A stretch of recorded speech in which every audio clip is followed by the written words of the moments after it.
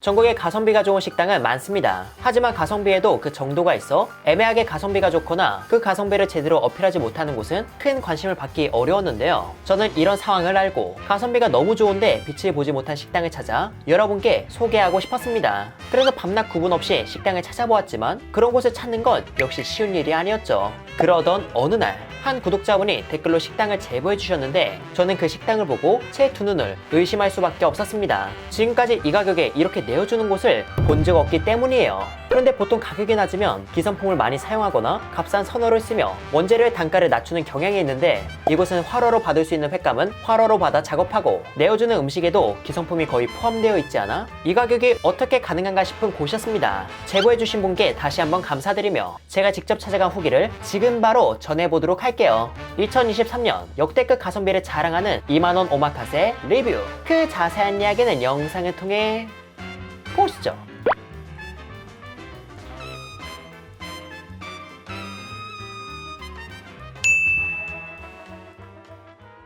오늘 제가 찾아온 곳은 충남 천안시 성정동에 위치한 스시 다와요입니다. 스시 다와요는 참치집을 하는 사장님이 새로 차린 초밥집으로 그 가성비가 상당하다는 소문을 듣고 왔는데요. 보니까 제일 비싼 초밥 메뉴가 2만원이고 저렴한 건 만원으로 가격 자체가 낮은 편이었습니다. 하지만 이와 비슷한 가격에 파는 초밥집이 적은 것도 아니고 마트 초밥도 이 정도 가격에 나름 잘 내어주잖아요. 그래서 낮은 가격만으로 가성비가 좋다고 보긴 어렵고 이 가격대에 가성비를 어떻게 챙기셨을지 감도 잡히지 않기에 직접 확인해보는 수밖엔 없을 것 같습니다. 우선 실내는 다음과 같이 테이블 좌석 없이 긴 바 테이블만 있어 오마카세 업장스러운 분위기가 살짝 있었어요. 하지만 고급스럽기보단 아늑함에 가까운 느낌이라 그냥 캐주얼하게 식사하러 갈 만한 곳이지 않나 싶었습니다. 저는 이날 평일 점심에 방문했고요. 따로 예약 없이 와도 된다고 해서 촬영 허락만 미리 받아놓고 불시에 찾아간 거라 특별히 촬영한다고 해서 더 잘 준비해 주신다는 건 없이 평소 그대로 나왔거나 다른 때보다 구성이 적을 수 있다는 점 참고해서 시청해 주시길 바랍니다. 우선 이곳의 메뉴는 크게 초밥과 회가 있었는데 보통은 이 초밥을 많이 먹는다고 하더라고요. 이곳의 초밥은 단일 종류로 내어주는 것도 있지만 오마카세 느낌으로 내어주는 초밥이 특히 인기인데 그 가격이 한눈에 봐도 상당히 저렴했습니다. 가격은 만원, 15,000원, 2만원 이렇게 세 가지로 나눠졌는데 만원에 판매하는 초밥을 기본으로 가격이 높아지면 개수가 추가되고 더 좋은 구성의 초밥이 제공된다고 합니다. 그래서 저는 어떤 걸 주문할까 고민하다가 2만원이라는 가격 대비 어떻게 나오는지가 궁금해서 스페셜을 주문했습니다. 주문을 마치고 나니 장국이 먼저 제공되었는데요. 그 맛은 짜지 않고 된장의 구수함이 기분 좋게 있어 식전에 먹기 딱 좋았습니다. 그렇게 장국을 먹으며 오늘 사용된 초밥 재료 손질을 구경하는데 2만원 치고 그 재료가 꽤 많아 보였습니다. 참고로 왼쪽에 있는 건 15,000원 구성이고 오른쪽에 있는 건 2만원 구성입니다. 지금 이렇게 재료만 보면 기성품도 보이지 않고 회도 꽤 튼실한 듯 싶어 상당히 알찰 것 같은데 하나씩 먹어보며 후기 전하겠습니다. 우선 가장 처음엔 광어초밥이 나왔는데요. 초밥 자체의 크기는 보통 정도였으며 회는 그렇게 얇게 느껴지지 않았고 밥량 대비 꽤 튼실한 편으로 보였습니다. 그리고 이 광어는 단시간 숙성한 듯 부드럽기보단 탱글함이 있었고 광어 본연의 단맛도 간장과 만나 더욱 부각되어 무난하고 맛있게 즐긴 광어 초밥이었어요. 참고로 이곳의 밥은 적초를 사용해서 특유의 향이 있지만 그 향이 호불호를 크게 가를 정도는 아니었고 단맛 역시 약간 있는 편이고 간과 초맛도 적당히 있어 적초가 주는 감칠맛을 가볍게 즐길 수 있었습니다. 밥의 식감은 약간의 찰기를 띠며 너무 떡지지 않아 좋았고요. 그리고 다음으로 나온 건 새끼 방어 초밥으로 위에 다진 참깨가 뿌려져 나왔는데 현재 방어의 기름짐이 피클을 찍는 상태는 아니라 방어로부터 오는 고소함은 부족했지만 위에 뿌리 으깬 참깨가 방어가 미처 채우지 못한 고소함을 다른 결로써 채워주었습니다. 그리고 식감은 부드러운 편이었지만 육질이 살짝 단단한 편이었고 이걸 두툼하게 썰어서 씹는 맛도 어느 정도 있었고요. 그 다음으로 나온 건 겉을 살짝 익힌 연어 초밥으로 부드럽고 기름진 연어에 불길이 한 번 닿으니 고소함은 더욱 부각되고 익으면서 조직이 연해져 입에 넣는 순간 고소한 지방을 남기며 싹 녹아내렸죠. 그리고 다음으로는 한치초밥이 나왔는데요. 보통 저가에 제공하는 한치초밥은 기성품인 초밥용 한치를 사용하는 편이지만 이곳의 경우 평소엔 냉동 원물을 쓰고 생물이 있으면 생물 한치를 손질해 사용한다고 합니다. 이렇게 원물을 써서 기성품보다 좋았던 점은 직접 재료를 손질하다 보니 초밥에 얻는 한치의 크기가 기성품보다 조금 더 큼지막하다는 거였고요. 숙성 정도는 어떻게 취급하냐에 따라 다르지만 이날 한치는 숙성이 많이 되지 않아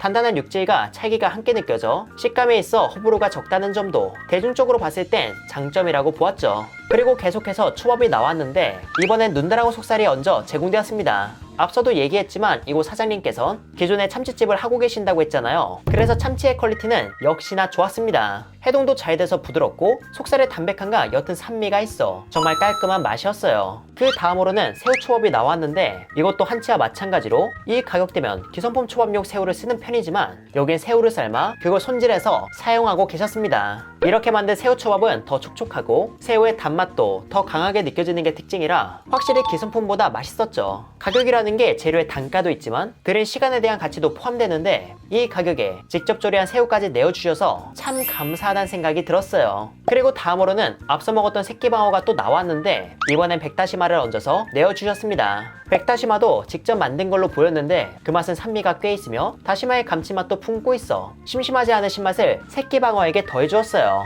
이 둘의 조합도 좋았지만 백다시마의 신맛이 꽤 강한 편이라 조금 더 기름이 찬 새끼방어였다면 더 맛있지 않을까라는 생각이 들었습니다. 그 다음으로는 참돔 초밥이 나왔는데요. 이 참돔은 숙성이 된 상태로 감칠맛과 본연의 단맛이 더 올라왔고 식감은 부드럽지만 무르지 않아 초밥으로서 즐기기 좋은 정도였습니다. 맛은 담백함, 참돔의 단맛, 숙성의 감칠맛이 있고 지방의 뉘앙스는 그저 전체적인 맛을 풍부하게 만든 정도라 고소함이 크게 튀지 않는 초밥이었네요. 그렇게 내어주는 초밥을 하나씩 먹다 보니 이번에는 튀김이 나왔는데 비주얼만 보면 대게 다리를 통으로 튀긴 것 같지만 대게 다리처럼 보이게 껍질과 힘줄을 준비해두고 그 위에 조미된 게살을 묻힌 튀김이죠. 그 맛은 게맛살의 느낌보단 진짜 게살을 먹는 느낌이라 언제 먹어도 참 가성비가 좋다는 생각이 들었습니다. 튀김도 바삭하고 느끼하지 않게 잘 튀겨주셨고요. 그리고 튀김이 나온 이후에도 초밥이 나왔는데 이번에 나온 건 아기간 초밥으로 이건 기성품 아기간을 구매해서 추가로 조미를 하고 조리하여 이 식당만의 맛을 잡아낸 걸로 보입니다. 그 맛은 아기간 특유의 콩콩한 냄새가 상당히 적었고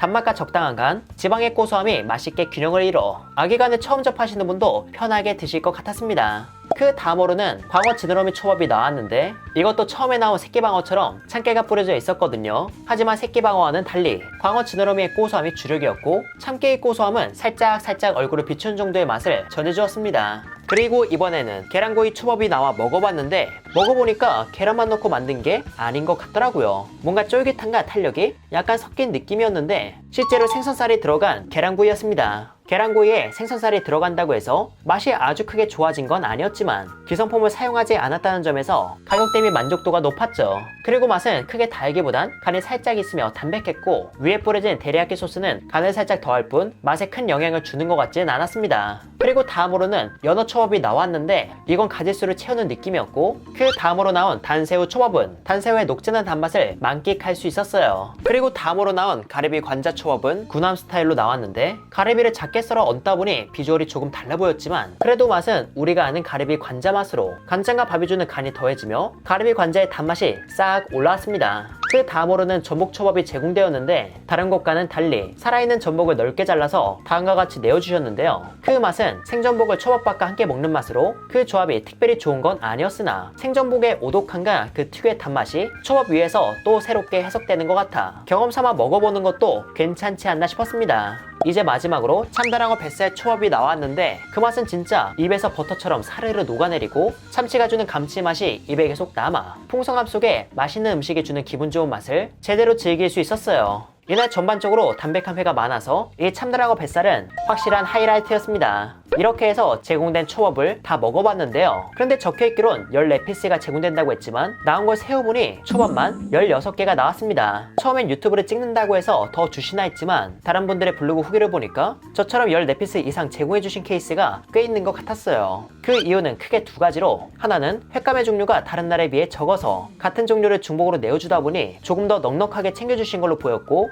또 하나는 사장님이 직접 얘기해주신 건데 몇 피스가 나갔는지 헷갈리는 경우가 종종 있어. 이럴 땐 그냥 한두 피스를 더 내어주신다고 합니다. 그런데 이런 추가 피스가 서비스의 개념이다 보니 모든 손님에게 100% 한두 피스가 더 나올 거라는 보장은 없습니다. 그래도 기성품을 거의 사용하지 않고 다음과 같이 내어주시는데 2만원이면 14피스만 나와도 가성비는 충분하다고 보기에 제 리뷰를 보고 괜찮아 보인다면 방문을 고려해보셔도 좋을 것 같습니다. 이렇게 해서 저는 스시 다와요에서 배불리 식사를 마쳤는데요. 보통 가성비 좋은 초밥이라고 하면 기성품 사용을 피할 수 없는데 이곳은 비교적 낮은 가격임에도 기성품을 쓸 법한 메뉴를 수제로 만들고 초밥밥도 적초를 사용해 맛의 특별함을 더해주는 등 근래 보기 힘든 유형의 가성비를 보여주었습니다. 거기다 맛도 가격 대비 좋았기에 이곳과 멀지 않은 곳에 계신다면 추천하지 않을 이유는 없을 걸로 보였죠. 하지만 사장님이 혼자 운영하셔서 손님이 몰리면 음식 제공이 조금 늦어질 것 같았고, 서비스 역시 아주 높은 수준의 서비스를 요하긴 어렵지 않을까 싶었습니다. 그리고 오마카세 업장처럼 긴 테이블로 되어 있지만 분위기는 캐주얼에 가깝다는 점에서 특별한 날에 방문하기보단 가볍게 식사하러 오기 좋은 곳이라고 보았고요. 개인적으로 이곳은 미리 예약하고 가시는 게 이용에 있어 더 효율적으로 보였기에 전화로 예약 후 방문하는 걸 추천드립니다.